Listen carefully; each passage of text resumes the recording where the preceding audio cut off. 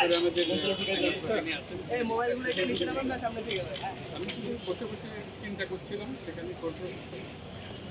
মহাকাব্যে কিছু দেবদেবী থাকে, তারা অভিশাপ দেয়, যাদের উপর অভিশাপ দেয় তারা অভিশপ্ত জীবন যাপন।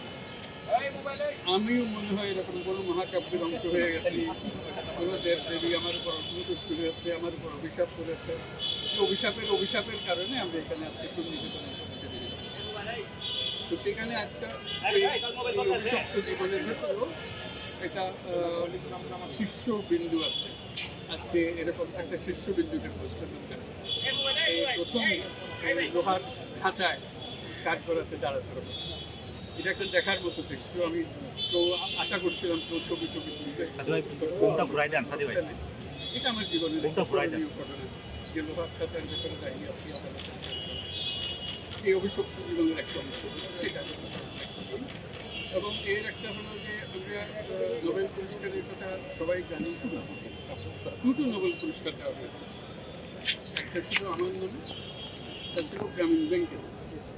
দুটোই সমান মর্যাদা, কোনোটা কম না। একটা যৌথভাবে দেওয়া হয়েছে তাও না, ইন্ডিপেন্ডেন্ট। তো পৃথিবীর ইতিহাসে নজির নাই যে একজন নোবেল বিজয়ী আরেকজন নোবেল বিরুদ্ধে মামলা করতে দুদকে হাজির হয়েছে। এটা আমাদের কপালে হলো, এটা অভিশাপের একটা অংশ। যে অভিশাপ আমরা গ্রহণ করে যাচ্ছি, সেই অভিশাপ এমন জিনিস হয়েছে যে একটা নোবেল বিজয়ী, এবং নোবেল বিজয়ী হলো যে খুবই সম্পৃক্ত নোবেল বিজয়ী, যে অনেকটা পিতা পুত্রের সম্পর্কের মতো নোবেল বিজয়ী, যে আমার কারণে এটা সৃষ্টি হয়েছে এবং তারা নোবেল পেয়েছে, সেটাও আমার সঙ্গে পেয়েছে। এখন এরই একটা অংশ পেয়েছে।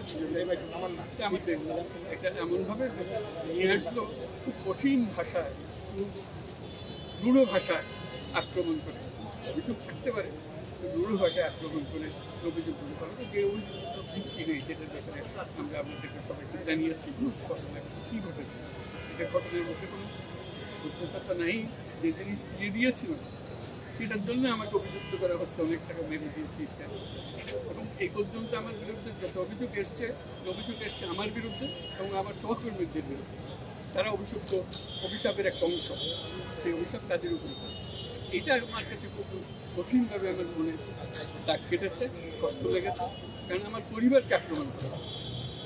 এটা আমার কাছে মোটেই গ্রহণ যে আমার বাবাকে আক্রমণ করেছে, আমার ভাই বোনদের আক্রমণ করেছে।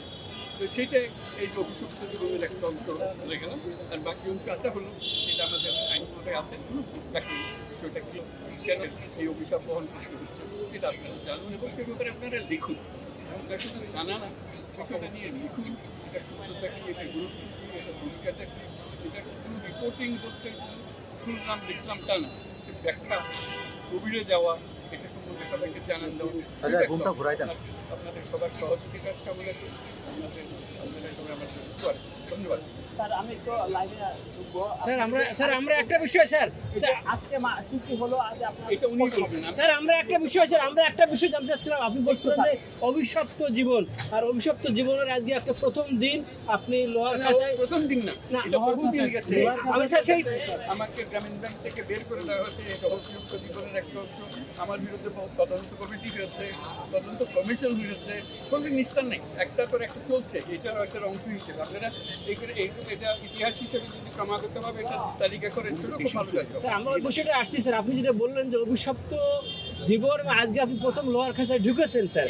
তো আপনি স্যার পৃথিবীর নানান দেশে গেছেন স্যার, আপনি যে লোহার খাঁচায় ঢুকলেন, যেটুকু সময় আপনি ছিলেন, একটুখানি আপনার মস্তিষ্কের আপনার যে আপনার অনুভূতি আছে, আমরা একটুখানি ডিটেইল। অভিশপ্ত জীবনের একটা বড় পর্যায়ে পৌঁছে গেছি, সেটা বুঝলাম যে অভিশাপ অনেক উপরে নিয়ে গেছে এখন আমার এই অভিশাপের। কিন্তু স্যার আপনি অভিশপ্ত জীবন স্যার কেন আপনি বয়ে বেড়াচ্ছেন স্যার? এই বিষয়টি অভিশপ্ত জীবন যেটা আপনি বললেন, ইচ্ছা, সেখানে আমার করার কিছু নেই। দেবদেবীরা ঠিক করেন যে এইটা অভিশাপ দিতে হবে, অভিশাপ দিয়েছে আমার। কেন দিল স্যার আপনার অভিশপ্ত জীবন? দেবদেবীর কাছে দিতে হবে, অনেক কাঠখড় করিয়ে তাদেরকে সন্তুষ্ট করে খবর বের করতে হবে। সন্তুষ্ট করতে পারছেন না? আমি পারছি স্যার আরেকটা বিষয় একটুখানি, আপনি স্যার আজকে দীর্ঘ শুনানিতে আপনি ছিলেন, আপনার বয়স হয়েছে স্যার, আপনি সার্বিকভাবে আমাদের জুডিশিয়ারি যেটা স্যার আপনি তো বেশ কিছুদিন ধরে আসলেন, আমি শুধু আজকে বিচার কাজ যেটা হলো সেটা করবো। আপনি এই যে আদালতে বিভিন্ন সময় দৌড়াচ্ছেন, সপ্তাহখানেক আগেও প্রমোদ ট্রাইব্যুনালে আপনি বলেছেন যে আদালতের এই সমস্ত কারণে দেশে ইমেজ সংকট হচ্ছে, সারা বিশ্ব দেখছে। তা এতে করে আপনার সাথে যারা বলছি বন্ধুরা আছে তাদের সাথে যখন কথা হয় তারা কি বলে, তারা খুব আপনাকে মন কি খারাপ বলে? করে, তারা বুঝতে পারে না এটা কেন হচ্ছে। আজকে যদি তারা বর্ণনা পেত, ছবিটা দেখতো যে আমি লোহার খাঁচার মধ্যে আছি, তাদের মধ্যে আরো খারাপ। স্যার লোহার খাঁচার স্যার বিষয়টা আরেকটি বিষয়, আপনি এই যে খাঁচার যেটা আর কি এটাকে কি স্যার আমরা লাইক আপনার, তো আপনি পুরো যে আপনার লোহার বলতে আর কি এইটা আপনার এই খাঁচা আপনি দেখলেন স্যার আর কি। আমি এটা কি হিসাবে এই তো আমাদের ব্যবস্থায় কেন আছে, কিভাবে কার্যকর করা হয়েছে, এইসব বহু প্রশ্ন আছে, কিন্তু আজকের দিনে সেটা আমি প্রতীকী হিসেবে দেখছি। আমি অভিশপ্ত মানুষ, আমার কাছে সব কিছু ব্যক্তিগতভাবে মনে করেন এই লোহার খাঁচাটা আদালত থেকে এটা কিন্তু পরে স্থাপন করা হয়েছে, একদম যদি লোহার খাঁচা থেকে আসি হাইকোর্টে এনে একটা ইয়ে তুলছে, এটা আমি জানি না, এটা ওনারা বলেন। আপনি কি মনে করেন যে এইটা আসলে একটা অপমানজনক? অত্যন্ত অপমানজনক তো বটেই। এটা অপমান করার জন্যই কিন্তু বানানো হয়েছে। উঠানো দেওয়া এটাকে সম্মান দেওয়ার জন্য তো বানানো হয়নি, অপমানের চূড়ান্ত পর্যায়ে নিয়ে যাওয়ার জন্য এটা বানানো হয়েছে। অবশ্যই উঠে দেওয়া উচিত। তো আপনি বলছিলেন যে যেহেতু মামলাগুলোকে আপনার বিরুদ্ধে ভুয়া অভিযোগ আনা হচ্ছে, তো এই ক্ষেত্রে একটা নোবেল বিজয় হিসেবে এরকম অভিযোগ তো আসতে